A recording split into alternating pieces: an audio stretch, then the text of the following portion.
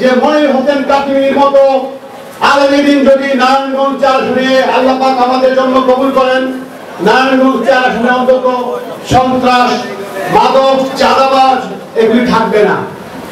আমরা বিগত দিনে দেখেছি নারায়ণগঞ্জ 4 আসনে বিভিন্ন দল থেকে যারাই এমপি হয়েছেন, যতটুকু না কাজ করেছেন তার চেয়ে বেশি মানুষেরকে গুলি শুনিয়েছেন।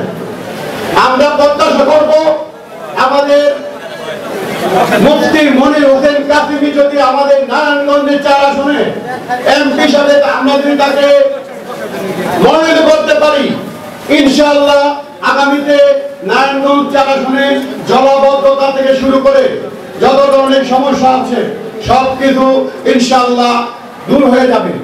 আমাদের নেতা সবসময় একটি কথাই বলেন যে আমি আলেম মানুষ, আমার জীবনে কোনো চাওয়া পাওয়া নাই, আমার লক্ষ লক্ষ কোটি কোটি টাকার কোন লোভ লালসা নাই, আমি সরকার থেকে যতটুকু বরাদ্দ পাবো সবটুকু নারায়ণগঞ্জ 4 আসনের জন্য উদার করে দিয়ে চেষ্টা করবো নারায়ণগঞ্জের জনমানুষের দুঃখ দুর্দশাকে লাঘব করার জন্য। এখানে আমরা দেখলাম নারায়ণগঞ্জের বিগত দিনে প্রত্যেকটা জনপ্রতিনিধি আমাদেরকে ওয়াদা করেছিলেন যে নারায়ণগঞ্জে একটি হাসপাতাল হবে, কিন্তু এই 54 বছরে আমরা একটি হাসপাতাল পাই নাই।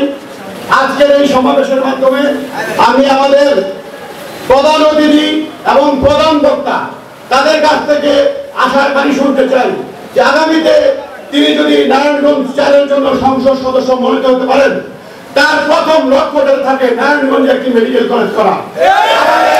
আমাদের যাতে মা বোন ঢাকা দিয়ে কোনো কষ্ট করে না হয়, নারায়ণগঞ্জে একটি আধুনিক শহর এবং একটি মেডিকেল কলেজের দাবি জানিয়ে সবাইকে আমি আবারও শুভেচ্ছা অন্তর থেকে ধন্যবাদ জানিয়ে আমার সংক্ষিপ্ত বক্তব্য শেষ করছি। আসসালামু আলাইকুম।